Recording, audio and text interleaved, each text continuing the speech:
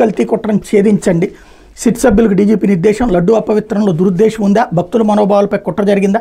నిజాలు నిగ్గు తేల్చాలి. పకడ్బందీగా దర్యాప్తు. రివర్స్ టెండరింగ్లో అసలు ఏం జరిగింది? తక్కువ రేటుకి ఎందుకు అంగీకరించారు? నాసిరకం నెయ్యిని పైపైనే తనిఖీలు చేశారా? దీనిలో నాటి టీటీడీలో ఎవరి పాత్ర ఏంటి? తెలిసే బయటికి చెప్పలేని వారెవరు?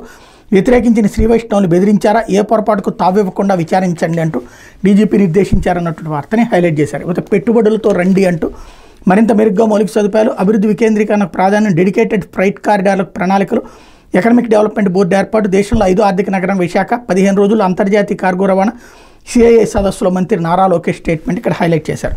రేపు తాడేపల్లి దందా సంగతి ఏంటి అంటూ ఇసుక దోపిడీలో భారీ వాటా, ముఖ్య నేతకు 9,000 కోట్ల కప్పం, ముఖ చిత్రమే వెంకటరెడ్డిది, అసలు పాత్రధారి తెర వెనకే, ఉమ్మడి జిల్లాల వారీగా వైసీపీ నేతల కాంట్రాక్టులు, జిల్లాకి 20-25 కోట్లు డీల్, 21-24 మధ్య వసూళ్లు, దోపిడీ 15,000 కోట్లపైనే, గుట్టు విప్పాల్సిన కోణం ఇదే అన్నటువంటి వార్తని హైలైట్ చేశారు. మరోపు రాష్ట్రం అంతా గ్రీన్ ఎనర్జీ